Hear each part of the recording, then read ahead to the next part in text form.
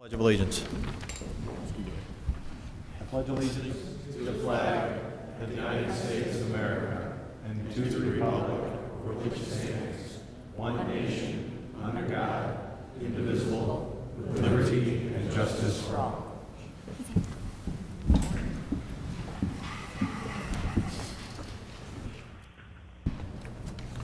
I officially call the meeting to order. Clerk Spencer, can you please call the roll? Gutenkopf. Here. Deuter. Here. Dunn. Absent. Leader. Here. Volumsky. Here. Graham. Here. Hipskin. Absent. York. Here. Levin. Here. Healy. Here. Kennedy. Here. Mulliner. Here. Wagner. Absent. 10 present, 3 absent. 10 present, 3 absent. We have a quorum. Before we move on to presentations, just note for the record that Don Strino is not here, but City Attorney Nick Peppers is filling in. On to agenda item number 2. I would ask Sergeant McLean to meet me over at the podium.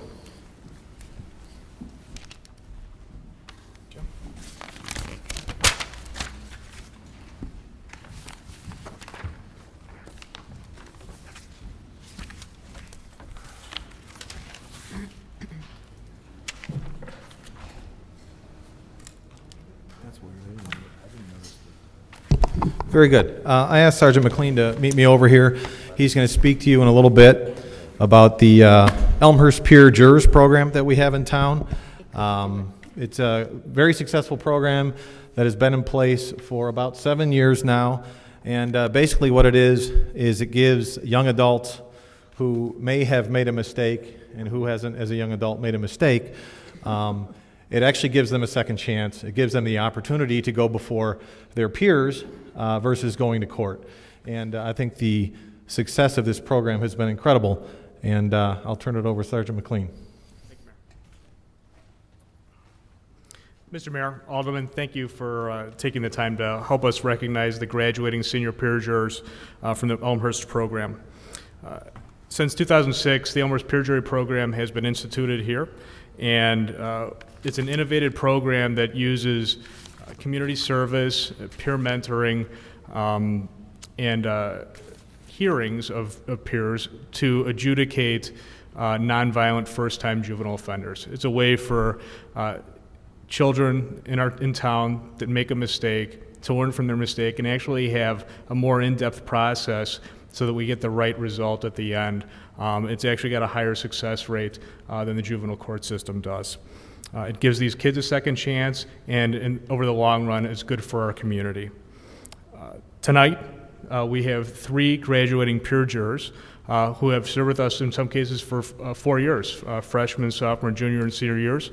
As peer jurors, they've come here to the City Council chambers once a month to hear cases and work with these juveniles. And they've donated their time, they've donated their advice, and we're very, very happy to be able to recognize them for the outstanding work that they've done. So senior jurors, when I read your name, please come on up and accept your certificates. First, I'd like to recognize Carly Kavitan.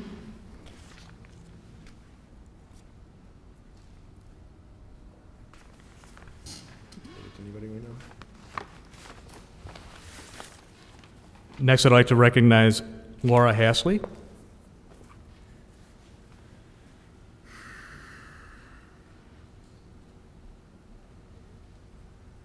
Congratulations, Laura. And Adam Muellers.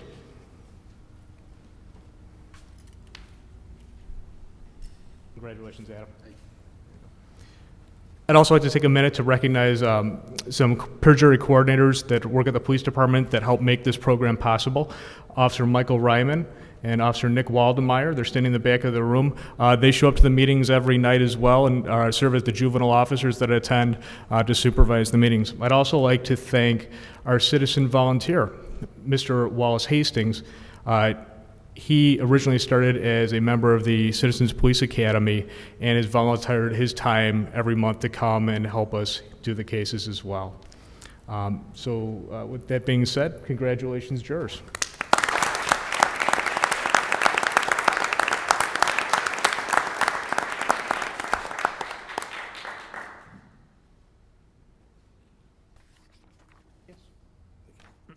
No, they're Recommended. the interview process. Yeah, Yes. okay. Yeah. Well, why don't we do it, you want to mention that?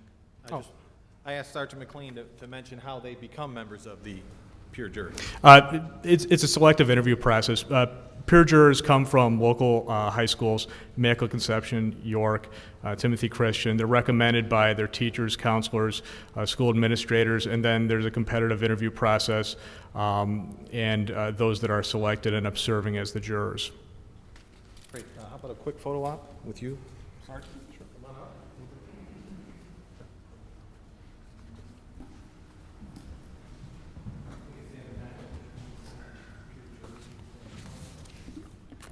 Anybody else that was mentioned? Come on up.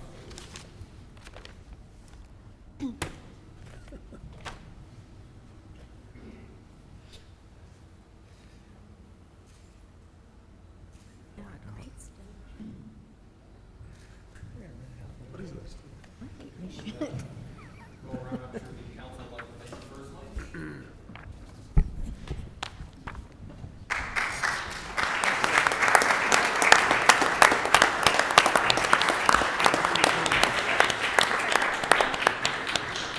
Thank you, good luck. Thank you. Thank you, and good luck. Thanks so much. Thanks, Sergeant. Thank you, Mayor. Appreciate the time. Thank you. Thanks for your service. Thanks. Thank you. Watch your step. Thanks. Watch your step. Thank you. Diane's the Thank you for your safety officer. Thank you.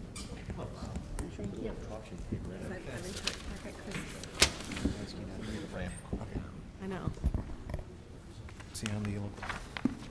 Okay. Crap, I forgot my log. Good for me. Yeah, he said that too. Make it something you can remember. I didn't change. Okay, on to agenda item 2.2. You should have all received a printout of a PowerPoint on the dais. Those were delivered by Paul Cook. Paul's in the audience. I'd like to thank Paul for representing Elmhurst on the Elgin O'Hare Western Access Local Advisory Committee. Thank you very much, Paul. And without any further ado, I would invite Lydia Pilecki, Assistant City Manager Kopp. Where do you want her presenting from? Over there is fine. Ms. Pilecki, thanks for joining us, and you have the floor. Thank you, Mayor.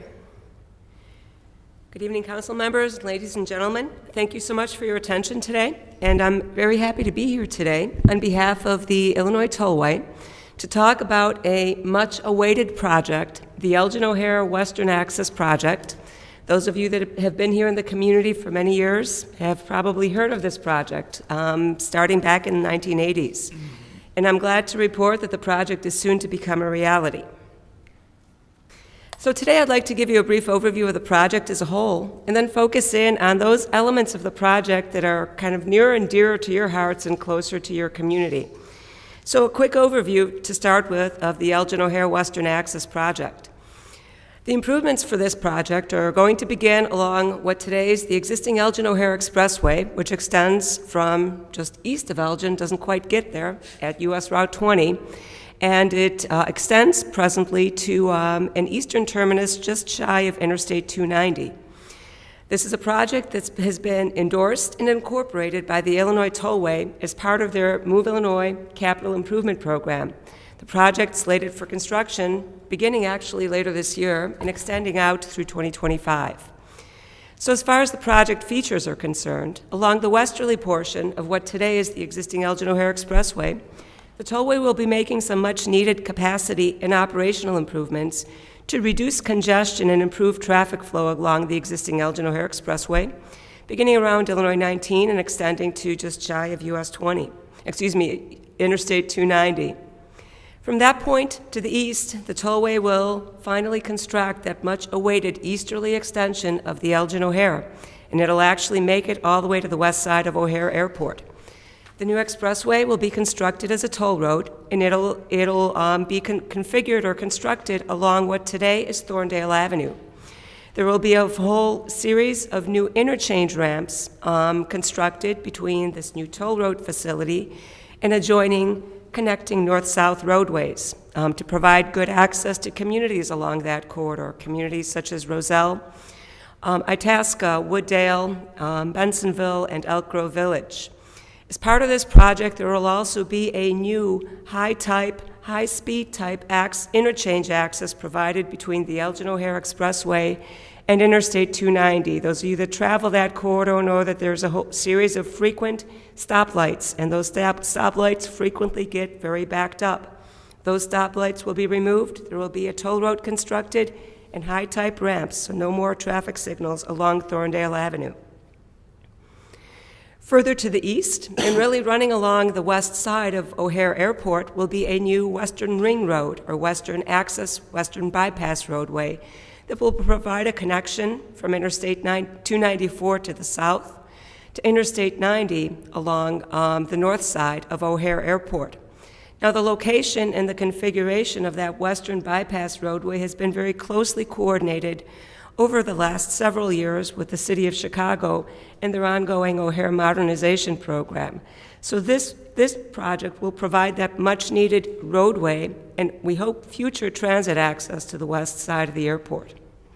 There will be, again, a whole series of interchange ramps constructed along that Western Bypass roadway to provide good connections to adjoining communities.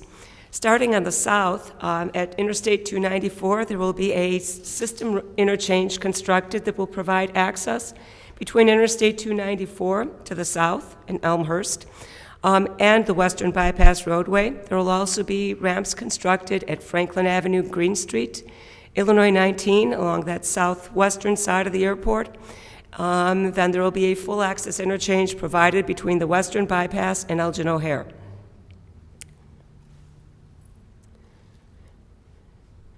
A couple of features of the project that really, we believe, provide a lot of regional benefit, including a lot of benefit to folks in Elmhurst and North Lake and surrounding communities, is this project will finally provide that western access actually into the west side of the airport. I mentioned earlier that there's been a lot of coordination expended to date with the City of Chicago to make sure that the roadway design is configured in a way that complements what the airport is doing with their runway reconfiguration program. Well, similarly, the project will provide that western gateway to the airport. It'll first be in the form of a new ramp that will take travelers from York Road. Let me point out this ramp right here on this projector. It'll be a new ramp that will allow folks from York Road to be able to cross above grade over what today is York Road, then the UP Railroad crossing, and then directly into the west side of the airport. In an ultimate configuration, as the airport prepares for and launches and implements some development on the west side of the airport, be it a terminal, be it some other land uses, be it a combination of the two, then the design of this roadway has been configured so that there will ultimately then be an ability for the airport or others to actually be able to construct additional ramps that will take travelers directly from the Elgin O'Hare and from the West Bypass, both the south leg coming up from Elmhurst and from the north leg directly into the airport. So a real important feature of this project that we think is going to be key to the future development in this region. Another feature of this project that I'd like to point out is, in addition to constructing that new north-south bypass road along the west side of the airport, this project will also provide much-needed access improvements to the communities of North Lake and Elmhurst in the form of a new ramp that will replace that very circuitous travel that motorists today need to make to get off of the Tri-State heading southbound and go to North Avenue or Lake Street. You all are very familiar with the movement that you have to make today, coming off of the Tri-State heading southbound, needing to take Interstate 290 to loop around to get off at North Avenue and then to loop around in people's neighborhoods and backyards and driveways and to be able to go east or west. Not a particular direct movement, nor a particularly safe movement. In its stead, with this project, the tollway will be constructing a new ramp that will come off of, that will be constructed. I'll point it out. Actually, you can see it here on this visual. This pointing in the southbound direction, so south is towards the right side of this image. There will be a new ramp that will be constructed north of the Sportsman's Club, actually, near the ComEd facility, and it will cross underneath County Line Road. County Line Road will be elevated, and ultimately that ramp then provides access via County Line Road directly to US 20 and North Avenue. So motorists will no longer have to access 64 and US 20 by driving to 290. A real important benefit of this project. Another very important feature of this project that we again believe provides a lot of regional benefit and economic development opportunities is actually located on the south side of O'Hare Airport.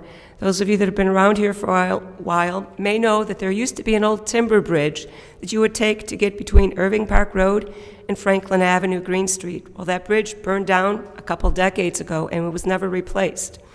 There's a lot of, obviously, as you know, a lot of heavy industrial development in this area.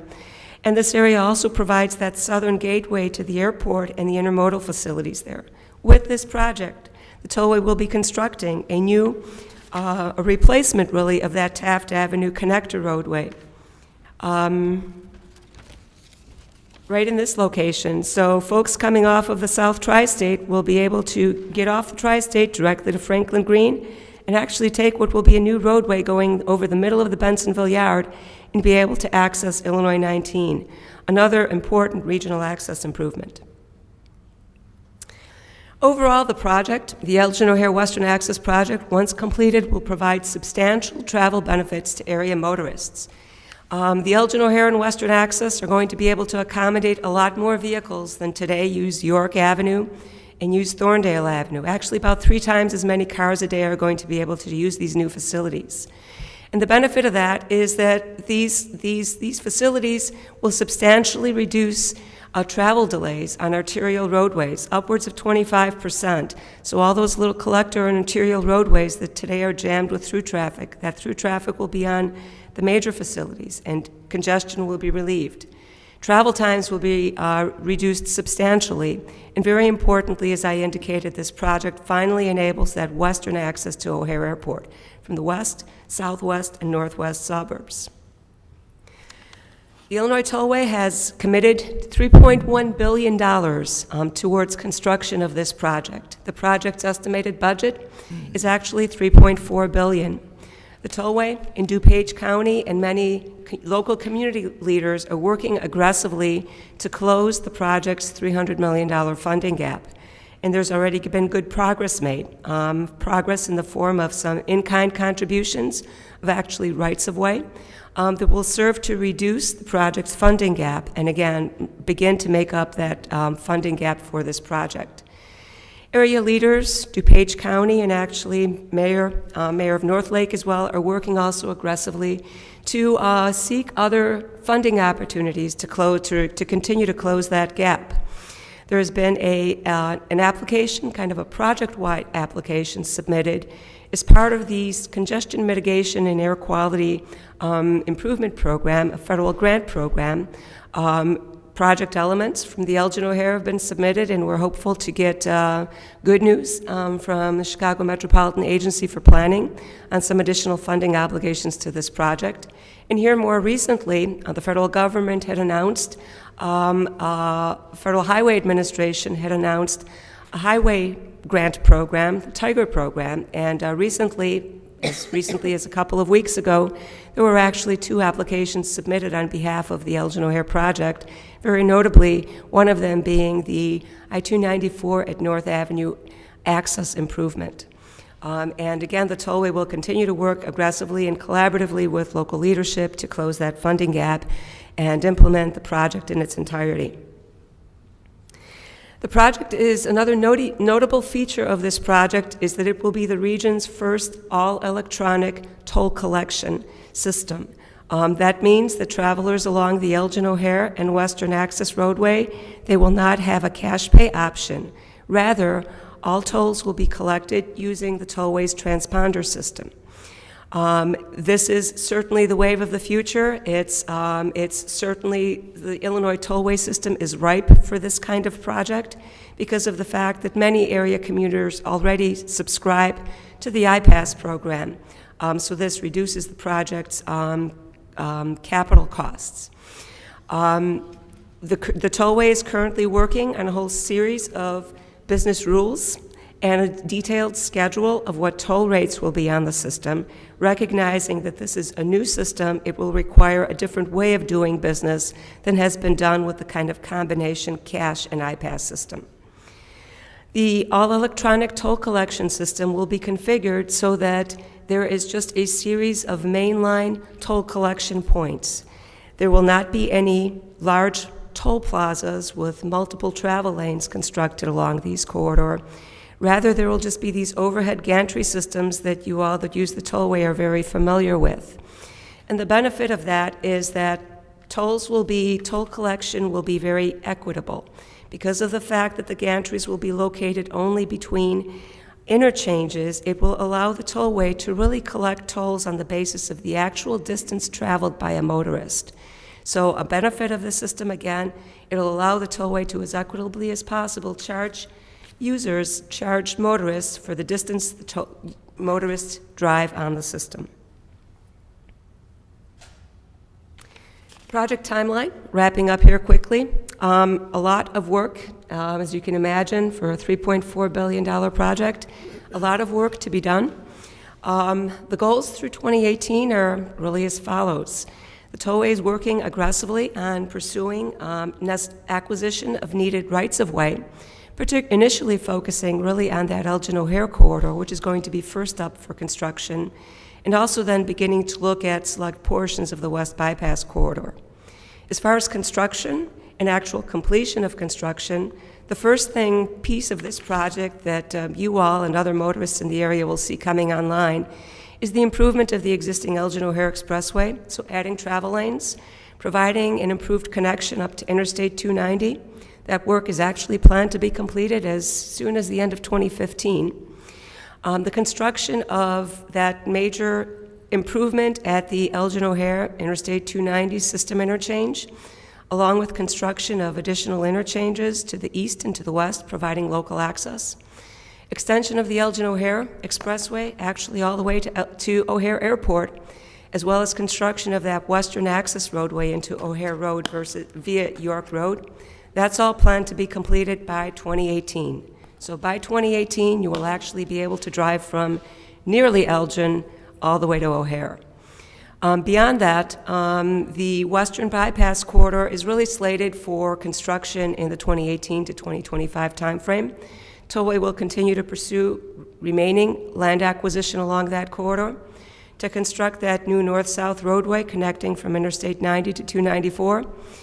And presently also the new access at North Avenue, at the North Avenue US 20 interchange is planned to be constructed in this time frame, as well as the construction of access from 294 to Taft Avenue and Irving Park Road.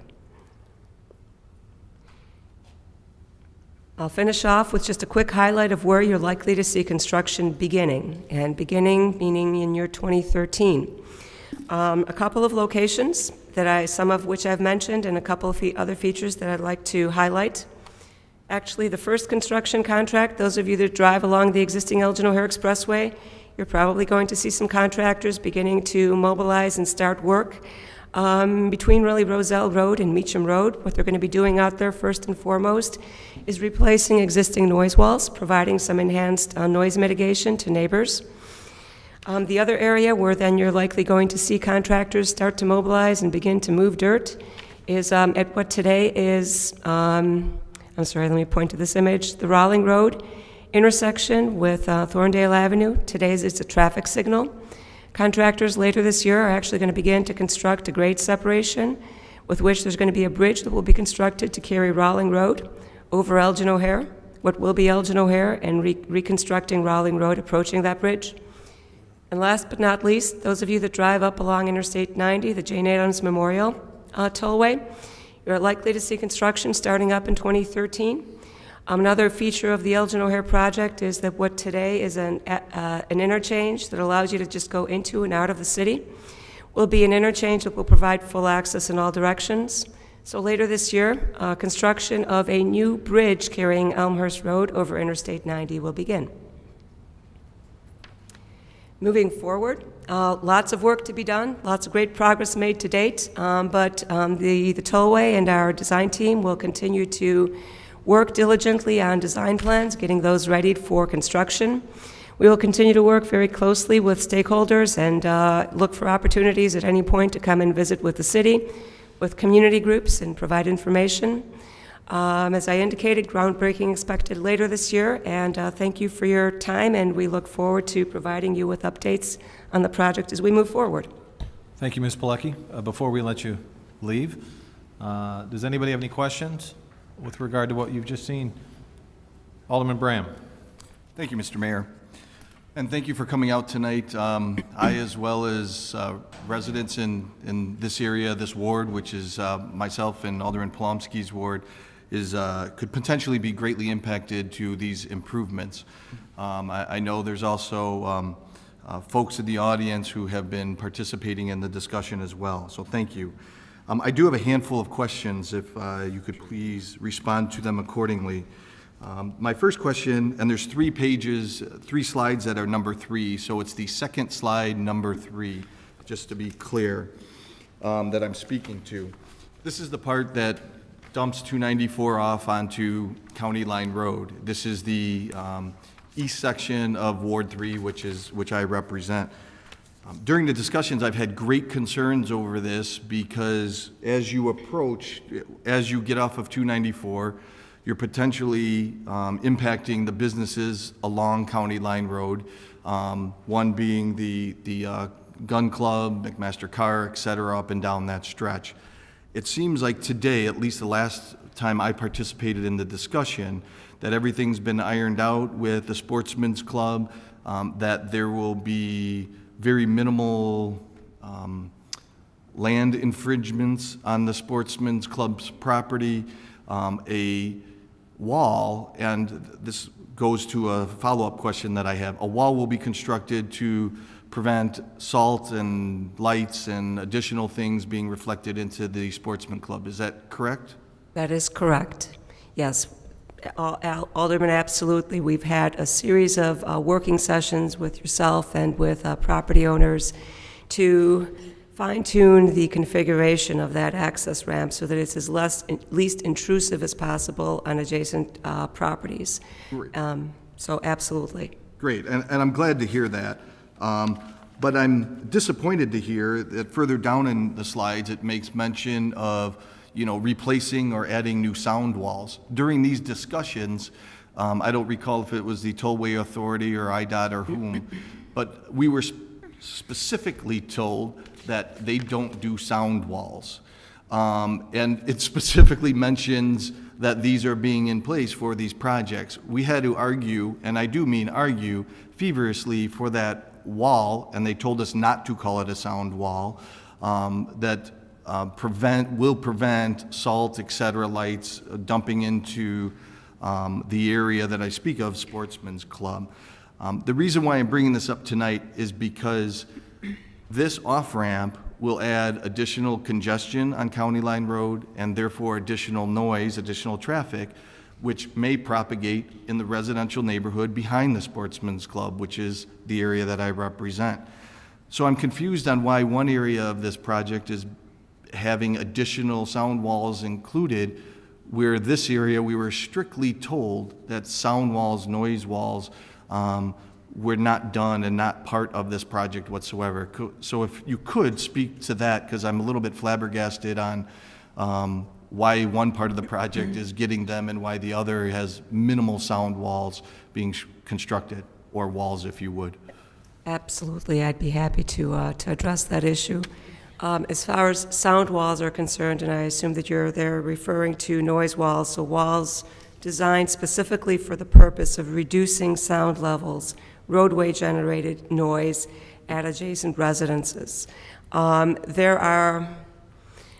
There is extensive analysis that's performed to determine whether, how effective a sound wall could be and in what conditions it could be effective in mitigating or reducing sound levels. Now, those analyses and the science of it really indicates that the effectiveness of sound walls relates to the offset distance of sensitive receptors or residences in neighborhoods from the source of that noise.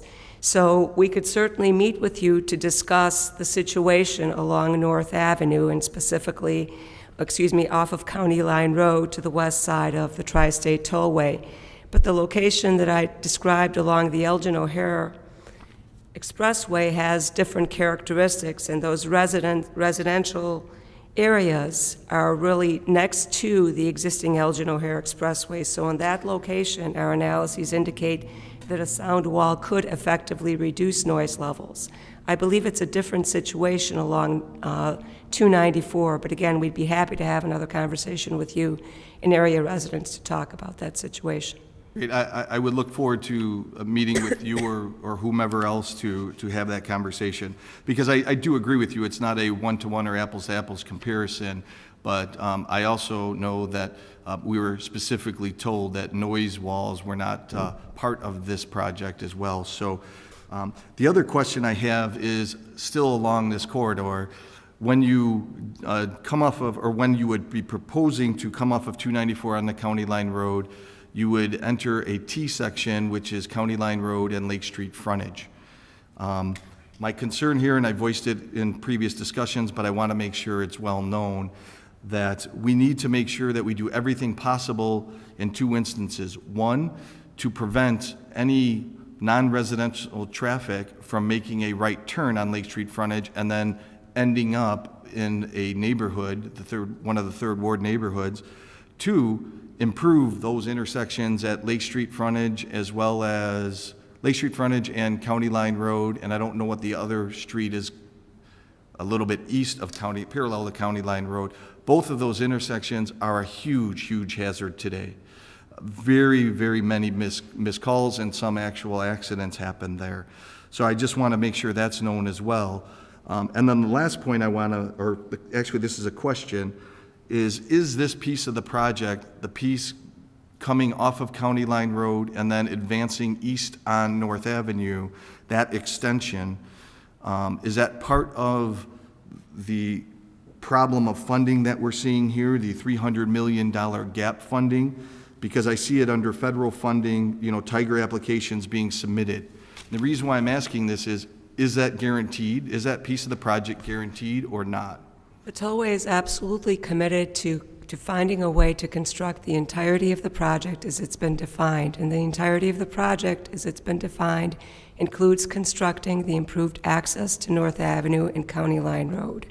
So while the North Avenue interchange was listed under on that slide as a potential element of the project that could receive federal funding, it's just because there is a federal grant program that could potentially be used to fund this portion of the project. So to summarize, the Tollway is fully committed to constructing the entirety of the project, and construction of this interchange does not hinge necessarily on closing that funding gap. Does that answer your question? It does. And the last piece of that question would be in the 2018-2025 timeframe, is the off-ramp from 294 to County Line Road as well as the extension from County Line Road to North Avenue East, is both of those pieces in that timeframe, 2018 to 2025?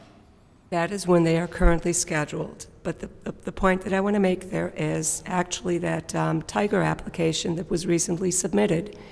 That particular federal program actually requires that a project be shovel-ready, ready to go to construction much sooner than 2018. So if the City of North Lake and other sponsors are successful in securing a Tiger grant fund for this project, then it's probable that construction of that interchange improvement will be accelerated. Thank you. Any other questions? Alderman Palomsky. Thank you, Mr. Mayor, and thank you for the presentation and for the additional information. I had a couple questions, and Alderman Bram touched on them. One last question. Looking at the slide, it says you're going to be continuing to refine the design and that you'll be considering input from stakeholders. And I was wondering when there is an opportunity, if you could let us know, please. I know there are a lot of people that want to be sure that the connection between County Line and North Avenue, as well as the crossover frontage road, have been thoroughly evaluated and that we avoid any unintended consequences. So, Yeah, thank you. absolutely. Very good. Any other questions? Ms. Pilecki, thank you very much for your time and for the presentation. This presentation is actually available on board docs as we speak, right? Great. On to agenda item number 3, receipt of written communications from the public. At this time, is there anybody who wants to submit any written communication to the clerk? No written communication. Clerk Spencer, we now move on to agenda item number 4, public forum. Is there anybody who has signed up to speak tonight? Yes, Mr. Mayor. Claude Pagash, 566 West Gladys.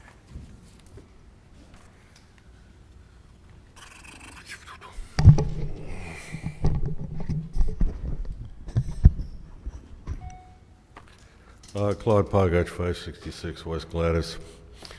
Having read the local papers, I found that some of the aldermen felt that the discussion on Hahn was a waste of time. Unfortunately, as a taxpayer, I find a lack of discussion on many ordinances that show up in this council cost me a great deal of money. Hahn should have been discussed a great deal more. I also see in the agenda that we're going to buy some radios. Unfortunately, you'd like to eliminate bids for those radios. Having worked in the construction industry for many years, we generally found that it was beneficial to send projects out that we would like people to bid on. We sometimes save a great deal of money. Somehow this town of ours lacks that initiative. Mr. Bram, I do appreciate the fact that you're trying to fight these 65-gallon garbage cans. They were a mistake when they were voted in. They're a mistake today, and they'll be a mistake until they're ripped off the street. One last thing, we've hired 2 consultants. We pay them about $50,000 a year. I'm beginning to wonder if they exist at all. They are supposed to make a periodic appearance to this council and kind of give them a rough idea what they're doing. Needless to say, in all the years they've been hired, they've never made an appearance. I hope you guys didn't go to some mailbox and pick up a couple names. For $50,000 a year, I think they can make an appearance. So let's go to bids in the future or right now. Charlie G. Geiger, 265 Claremont.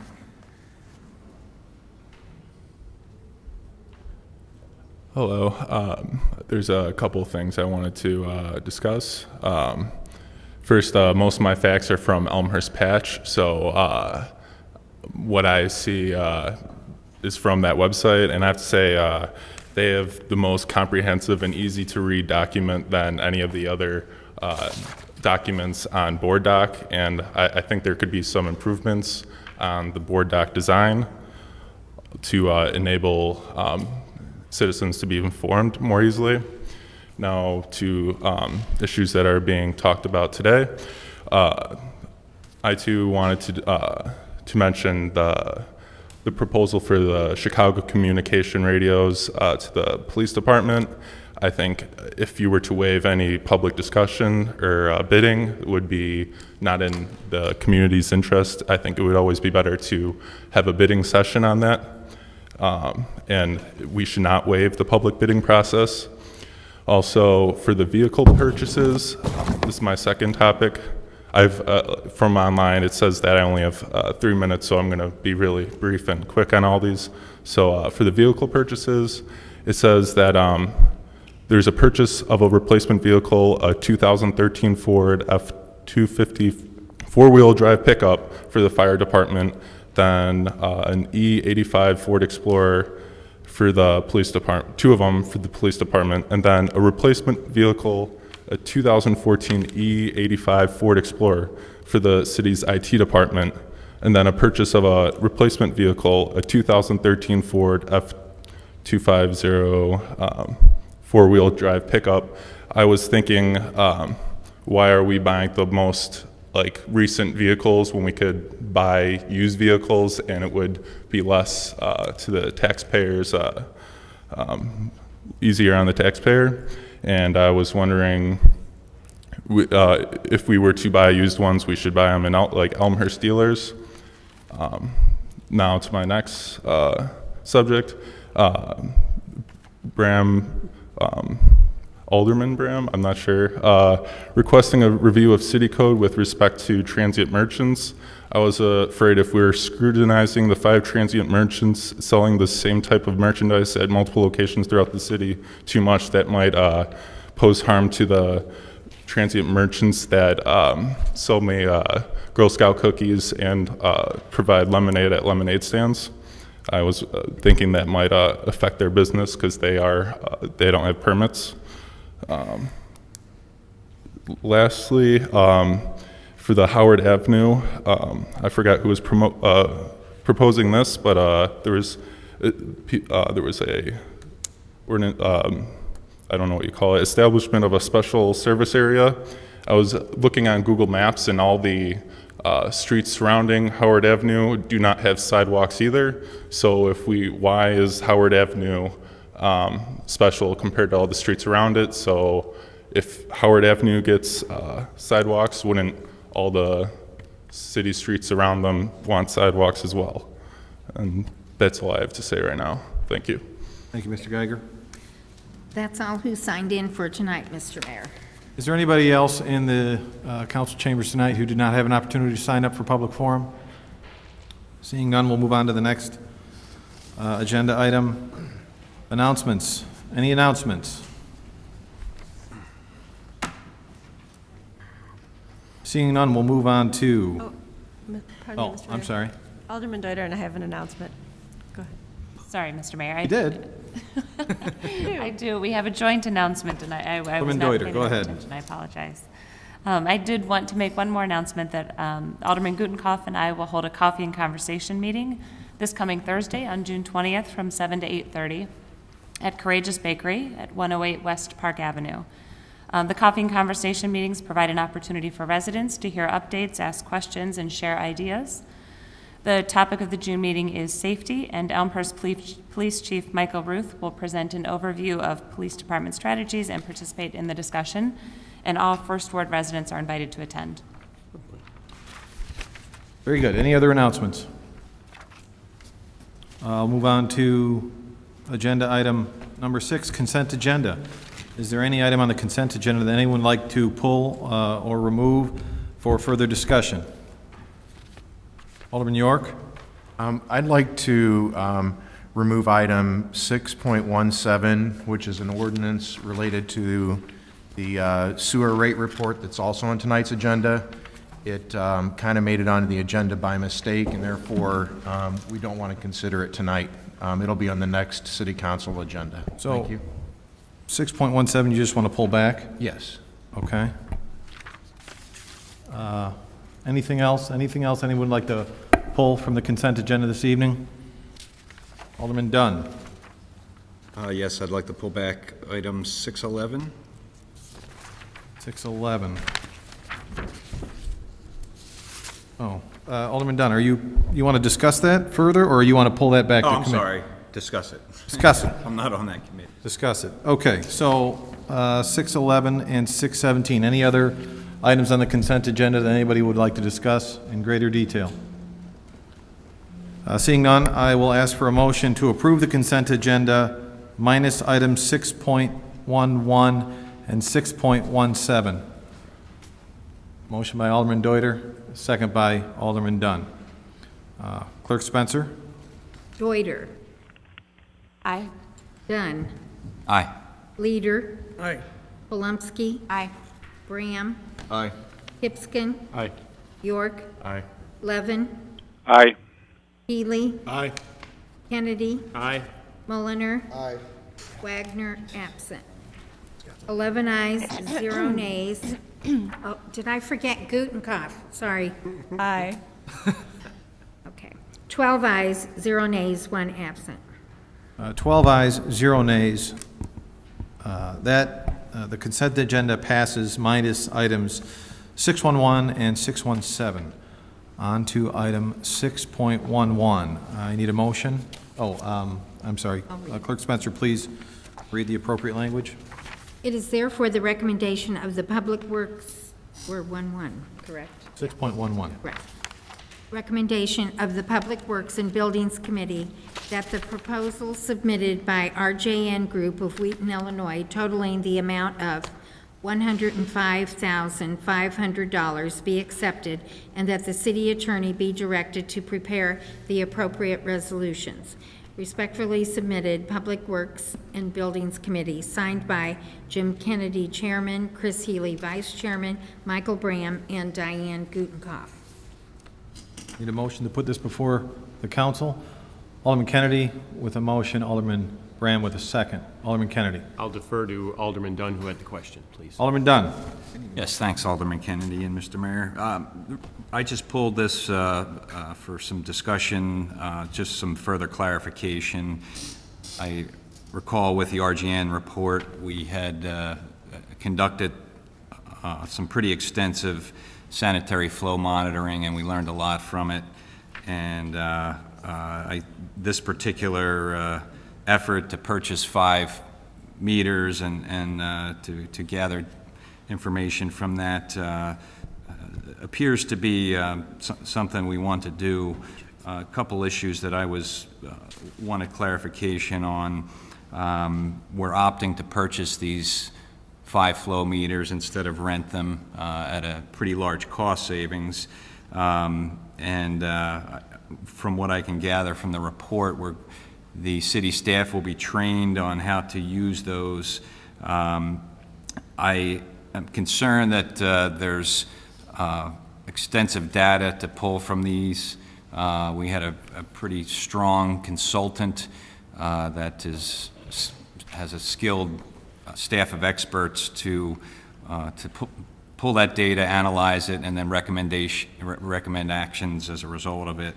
And I just want to make sure that we're comfortable that we're going to be able to do that on our own after the initial year that the consultant RGN is managing these. And then secondly, I'm wondering, at some point, can these monitors be moved? I note that one is a mobile monitor, and I also note that they're all in the southern part of the city, and I'm wondering if at some point they might be moved elsewhere in the city to continue monitoring problem areas. So those 2 points I'd like to have the committee address. Thanks. Alderman Kennedy, would you like to address Alderman Dunn's concerns or questions? Sure, thank you, Mr. Mayor. Related to the placement of the monitors, they are being put at the major collector points in the sanitary sewer system and those areas that have been problematic over time as it relates to flooding. So that was the reason that the 4 permanent monitors were selected for the locations that they were. The mobile unit is just that. We're going to be able to put that anywhere that we want. And the idea behind these monitors is that as improvements are made to the sanitary system, we will have data going forward that will tell us if the improvements that we put in place are indeed been effective. You're doing the project, all right, let's measure how we're doing against those things. In terms of the data access and the training, that's something that city staff feels very comfortable with, that RJN is going to train us on that. I don't really feel that's going to be an issue going forward, as long as we have people trained and backup people as there's changes in personnel going forward. Regarding purchase versus renting, the idea of these sensors are not really on a lease program per se. We have to buy these. If we were going to use RJN to do this monitoring going forward, it would be far in excess of this 100,000 and change.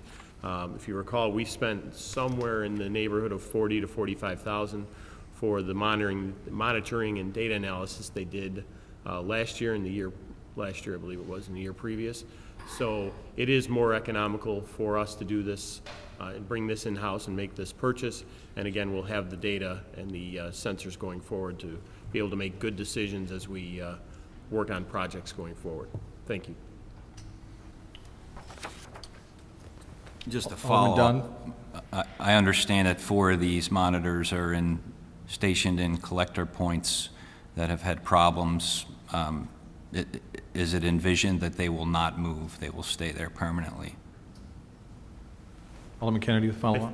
Thank you, Mr. Mayor. I think for the near future, or whatever that is, probably in the 5 to 10 year range, they will stay in their position. I think as times change and improvements are made and we find the next most important area, we may choose to take a sensor from one area and put it into another. These sensors definitely have a useful life. They will be probably in the 5 to 10 year range. So ultimately we will be replacing these sensors going forward, and at those times we'll make those decisions to put a particular sensor back in the location it was or into a new location. Any other comments? Alderman Brand. Thank you, Mr. Mayor. Alderman Dunn, I share your concerns from the standpoint of making sure that the issues that we've seen on the north side of town also be addressed due to the fact that these are, at least at this time, stationed at the collectors more to the south compared to the north. We did discuss that. I brought that up during committee discussion. There's nothing that prohibits us from within the next couple of years to go out and purchase additional ones and station them in other parts of town, be it north, center, east, west, whatever. The mobile one, that is something that we could utilize if deemed necessary on the north side or center of town, what have you. I think that this is a good starting point, since it seems to be, at least perception-wise, that the south side of town has more sanitary backups than other parts of town. But, you know, it has nothing says that we can't, within 6 months or a year, come back and say, this is showing some benefits, so let's distribute these throughout the city and obviously key areas. Any other comments? Alderman Leader. Would like to say that I fully support the committee and all they are doing and all they are trying to do. I think they have an inordinately difficult task ahead of them. And what I'd like to do is take a few minutes to provide an overview of the difficulties that the committee faces, which is a great committee, incidentally, and that the city is facing in dealing with the overall problem of flooding. And so, as I am often guilty of, I would like to put this whole issue in a larger perspective. And the rains came. The inexorable rhythms of nature had blindly struck, and some very powerful energy was at work, doing something nobody wanted done. In 2010, as today, some people conjured nightmares from fragments of facts and worst-case scenarios. Rumors were accepted as fact, and while it is natural to crave simple explanations for the flooding, complicated events are exactly that, complicated. It is hard to imagine how something as sweeping and multifaceted as the recent flood could have stemmed from a single cause. Elmhurst is a piece of the main, a part of the whole. The governor declared over 40 counties disaster areas. Rain does not recognize the sovereignty of Elmhurst's borders, and no governing body has the absolute authority over nature. A natural disaster reminds us that life is not permanent, but transient and vulnerable. Suddenly, we are faced with the grim problem of existence. Democracy is prone to demand immediate results, or if unattainable, a dramatic show of action. But first, we must be able to distinguish between probable, certain, possible, and impossible. We must understand that diagnosis is always easier than finding a cure. To find that cure, we must accept that there are limitations of time, space, and of money, which cannot be treated as if they did not exist. We must understand that homes built on a floodplain are more likely to flood than those that are not. We must understand that the Salt Creek is under the authority of the Army Corps of Engineers, not the city of Elmhurst. We must understand that reservoirs and detention ponds are our best hope of limiting flooding, but they are owned by the Park District and the school district, not the city of Elmhurst. We must understand that the quarry is owned by DuPage County, not the city of Elmhurst. We must understand that some 10% of Elmhurst homes were seriously impacted by the flooding, but 90% were not. We must understand that if we attempt a comprehensive solution meant to completely eliminate flooding, if such a solution actually exists, the cost to you, the taxpayers, could be in the hundreds of millions of dollars. We must understand that we have no control over Edison power outages. All this means that our freedom of action is severely limited. You may as well ask the city of Elmhurst to pass an ordinance against death as to ask us to permanently end flooding. There are also political and philosophical questions to be dealt with. We must combine our genuine concern for flood victims with an intuitive feel for what is achievable. Are we to provide cradle-to-grave protection against economic calamity by widening the definition of flood damage to acts of God? Who bears the responsibility for shielding Elmhurst citizens from the full onslaught of natural disasters? Can we really conquer nature and wrench it from its preordained course into a path of man's choosing? Humans cannot control the rains. They can only tailor their lives to avoid the angry consequences. Much can be done. City government can and will do things. Homeowners can and should do things. But what we cannot do is to guarantee that it will not happen again.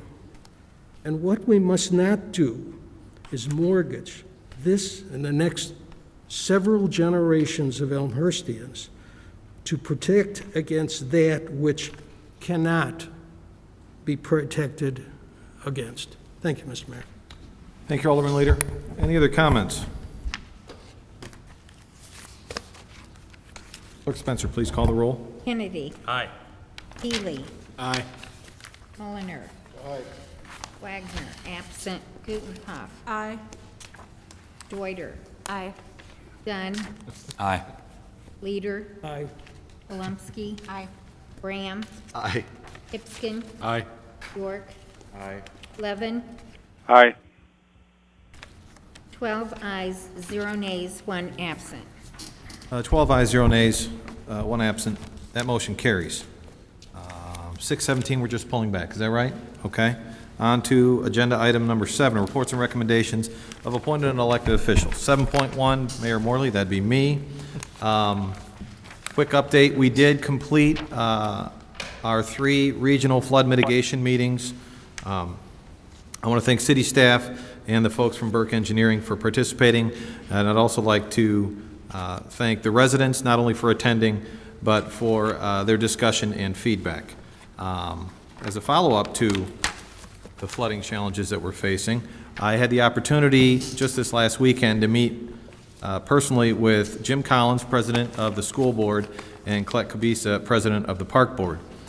We had a very productive discussion. We met for about an hour and a half this weekend, and both of them voiced their support in doing what needs to be done to help all the citizens of Elmhurst mitigate their flooding issues. We had a good exchange of information. There was some concerns that were expressed, but overall it was a very positive conversation, I'm pleased to report. One thing that I would like to announce is that in collaboration with the president of the school board and the president of the park board, we are going to be forming what I'll call a subcommittee for communication and dissemination of information. It's one of the biggest issues that we face as we have so much information to manage, is communication to the various boards and council members. So President Collins and President Kabisa will each be selecting 2 members, as will I, from their councils or boards to sit on what we'll call a subcommittee that we're hoping will meet at least once a week to help facilitate the exchange of information and avoid any misinformation. Lastly, the search for the 6th Ward Alderman continues. I was hoping to have one by this meeting, a recommendation, but business trips and a couple of vacations got in the way. I'm happy to say that as of this Wednesday, I will have personally interviewed every applicant and fully intend to come forth with a recommendation shortly thereafter. So thank you for your patience, but it's not something I'm taking lightly. I want to make sure I get it right. City Manager Grabowski. Thank you. I have a couple of items also related to the meetings regarding stormwater mitigation facilities. We were able to meet with the school board last week and make a presentation to them. Unfortunately, Wednesday's meeting with the Park District got rained out, so to speak. We're fortunate that the storm that was predicted for that evening was not near as intense as they had thought, but the Park District did proactively decide to cancel the meeting, and we are in the process of rescheduling that. Once we get that meeting date, we'll let the council and the public know when that is. Second item is the Hahn Street RFP is out on the street, and tomorrow, Assistant City Manager Kopp will be coordinating a pre-submission meeting with Wednesday, for those who are interested in the project. And the last item that I have is next Monday's committee meetings are going to be rescheduled. Right now, what we have is a Public Affairs and Safety meeting at 5 p.m., Development, Planning, and Zoning at 5 p.m., and the Finance Committee and Public Works Committee are going to be determined. So if you're interested in those, please continue to check the website or call City Hall for information on when those will be rescheduled. That's all I have. Thank you. Very good. Any other reports or recommendations from elected officials? Alderman Bram. Thank you, Mr. Mayor. A few things, actually.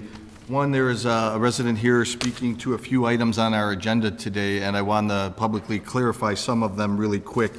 The Howard Street SSA, that is a program that we've had in place for a while now, and it's a cost-share program for new sidewalks, and those individuals are paying a portion of those new sidewalks. And any area that does not have sidewalks and would like to, they can follow the appropriate process.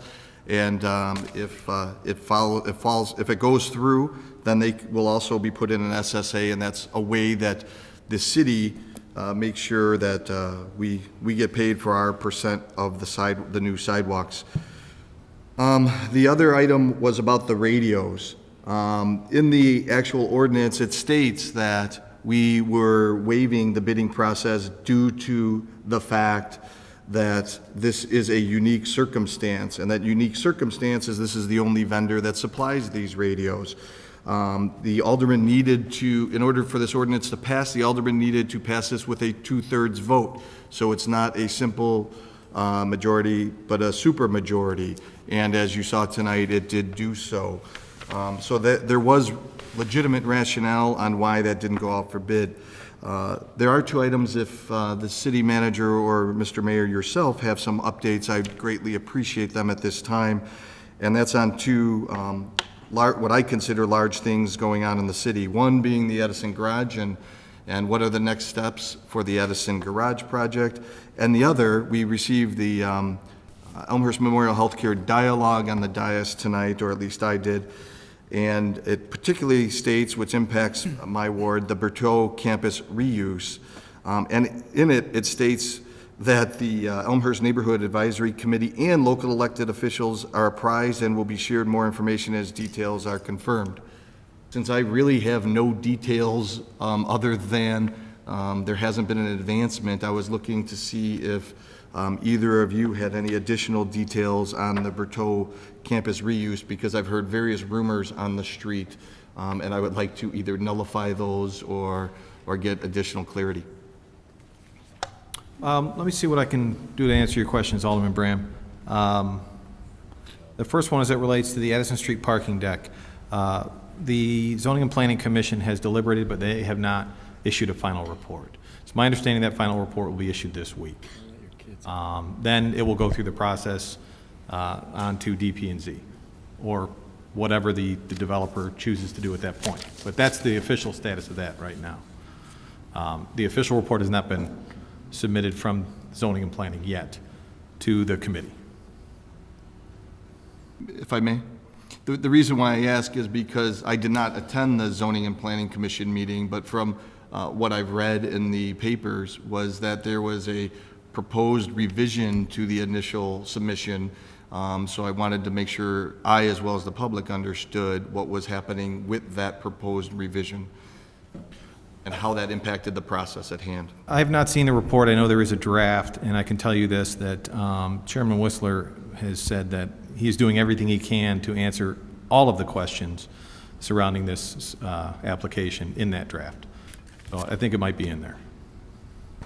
And then as it relates to the Berteau campus, as I think most people are aware, is it July 1st? July 1st is the official, the merger with Edwards will be complete.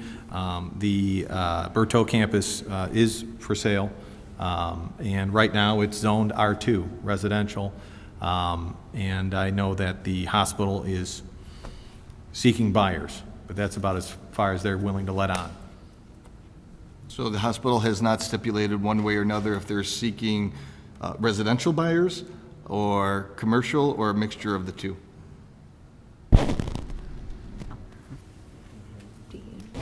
I don't know if they've gotten that far, except to say that when we met with them about the merger and a couple of other things, is that they did not indicate that they were looking for any zoning changes.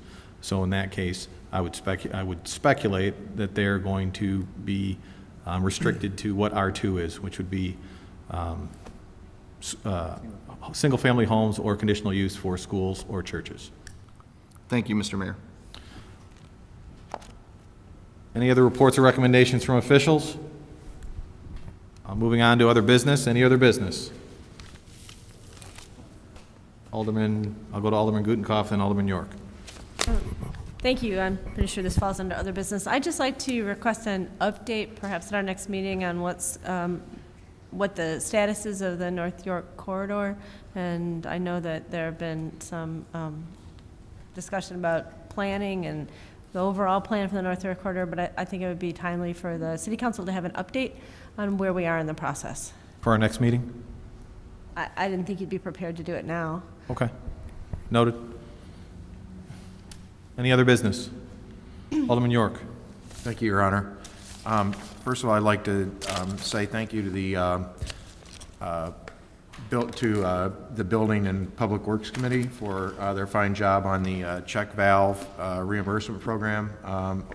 A year and a half, or maybe even 2 years ago, Alderman Hipsk and I put in a referral to look at some other options that can be funded with city funds if there's good out of it for the city, taking Clearwater out of the system in this particular case. Actually, this morning I received a phone call from a resident in the 4th Ward asking about this very program, and I'm just kind of curious now, since we passed it tonight, when will residents be able to avail themselves of this program, and how? Is it going to be posted on the city website as far as how they avail themselves of this program? I'll defer to City Manager Grabowski on that one. Yes, that would be one way we would get the word out. I think we'd also want to use the communications subcommittee of the Stormwater Task Force to help us disseminate that information. And once we put it all together, we'll send it out to the city council immediately and go from there. Follow up, Alderman York? Is this something that we see residents being able to apply for and take advantage of in the next 2 weeks, 4 weeks, or it's pretty much ready to roll out at this point? Give me a minute, Alderman. Yep. Take your time.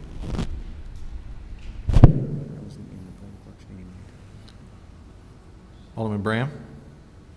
Yes, in regards to Alderman York's question, doesn't this need to go through an ordinance before we officially say that this is a go-ahead? So at the very earliest, we would see it here, and if it all goes well and it passes and moves forward, then I think we could, talk about implementation the day after, as long as the city is prepared to do so. But I think we need to make sure we go through the ordinance process before saying that we can kick this off tomorrow. What? Yes, tonight, I'm sorry. Go ahead. Tonight was the report, which will lead to the ordinance. So in 2 weeks, we'll have all that put together. We'll make sure at the time to, identify a clear path of how residents can take advantage of the new program. Okay, so then if I understand it, we should pass, there'll be an ordinance on the next city council agenda, and when that theoretically passes, at that point in time, then we'll kind of be ready to go pretty quickly, like within a few days to a week after that, as far as taking applications and meeting requirements, that type of thing. I would think so. That'd be the intent. We'll do everything we can to make that the case. Very good. Thank you. Alderman Kennedy. Thank you, Mr. Mayor. I just want to add something to what Alderman York was talking about in the check valve program. That's going to be in addition to the overhead sewer program. So there are a number of individuals who are already, quote, in line for reimbursement. So it would mean when we do pass this and it becomes eligible, those individuals will then be the next in line, so to speak, for reimbursement. So we're not going to have a separate track for overhead sewers and then a separate track for check valves. It's going to be one line. So it could be overhead, overhead, overhead, check valve, overhead, so on and so forth. This is a very good thing. This is something that was identified as one of the most important things we could do from the sanitary side. The reason we do the cost sharing piece of it is because the city gets a direct benefit from clean water being removed from the sanitary system. This by no means limits a resident from putting in a check valve in their home today. And that's certainly something that can be done. We as a city council are not participating in reimbursement that because we as a city do not get a direct benefit of that project. And again, we reimburse based on removal of clean water from the system. The one thing I want to impress upon homeowners as it relates to check valves and other improvements they want to make, everyone needs to take an evaluation of the risk that they want to accept for flooding as things go forward. Whatever we do as a city and whatever we approve as a city council will take time to be put in place. So each individual homeowners and every one of us up on the dais here has to make a decision for your individual home. What do you want to do in what time frame to accept a certain amount of risk? That may include doing things like in my case, I closed over my window wells. I did some things with glass block windows to help. Other people have done other projects, so we as individuals have to decide what we want to do to protect our individual homes. What we as a city will take some time, and we'll have improvements, but again, those will take time. Thank you. Thank you, Alderman Kennedy. Any other business? I'll ask for a motion to adjourn. Alderman York, Alderman Plumsky with the second. All in favor, say aye. Aye. Adjourned.